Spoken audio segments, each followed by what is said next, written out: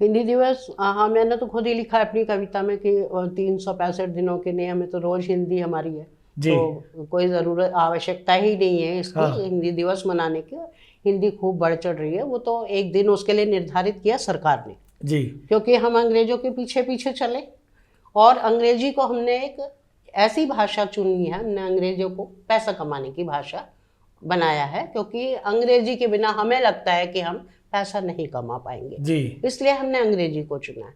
अब अंग्रेजियत के कारण जो है लोग अपने बच्चों को अंग्रेजी सिखा रहे हैं, घरों में भी अंग्रेजी बोल रहे हैं, हिंदी का प्रचार प्रसार नहीं होने दे रहे हैं। स्कूलों में जो इंग्लिश मीडियम स्कूल है उनमें बोला जाता है बच्चों को कि आप अंग्रेजी में ही बात करोगे, हिंदी में कोई बात नहीं करेगा। कुछ स्कूलों में तो फाइन लगता है उसके कारण अगर वो बच्चा हिंदी में बोलता है। जी। तो उसका कारण ये फिर क्या हुआ कि जब ये हिंदी को आपको 14 सितंबर को जब हिंदी दिवस मनाने लगे, तो ऐसे समय में कम से कम इन स्कूलों में जहां अंग्रेजी ही समझाई जाती है, अंग्रेजी ही बोली जाती है, ये क्या करते हैं, एक हफ्ता दे देते हैं हिंदी बोलने के लिए।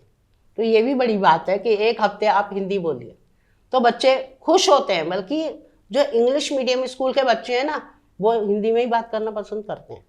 वो क्या करते हैं, जब टीचर आसपास नहीं होते ना, वो हिंदी में बात करते हैं, इसलिए कि उनको अपनी भाषा में बात करना अच्छा लगता है। लेकिन आज का अभिभावक घर में भी उनसे अंग्रेजी में बात करता है, इसलिए कि उसे अपने बच्चे को अंग्रेज बनाना है, उसको विदेश में भेजना है अपने बच्चे को पैसा कमाने के लिए।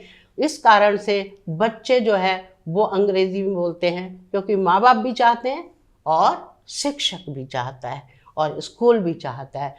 इसीलिए हिंदी दिवस मनाने की आवश्यकता पड़ जाती है। कम से कम उस दिन वो बच्चे जो है हिंदी में बात करते हैं। मुझे इस बात से खुशी है, हालांकि मैं हिंदी दिवस के पक्ष में बिल्कुल भी नहीं हूँ, क्योंकि मेरे लिए तो रोज ही हिंदी आवश्यक है और रोज हिंदी होनी चाहिए। लेकिन कम से कम इन बच्चों को उस दिन हिंदी बोलने को मिल जाती है, ये भी एक खुशी की बात। बहुत अच्छी बात डॉक्टर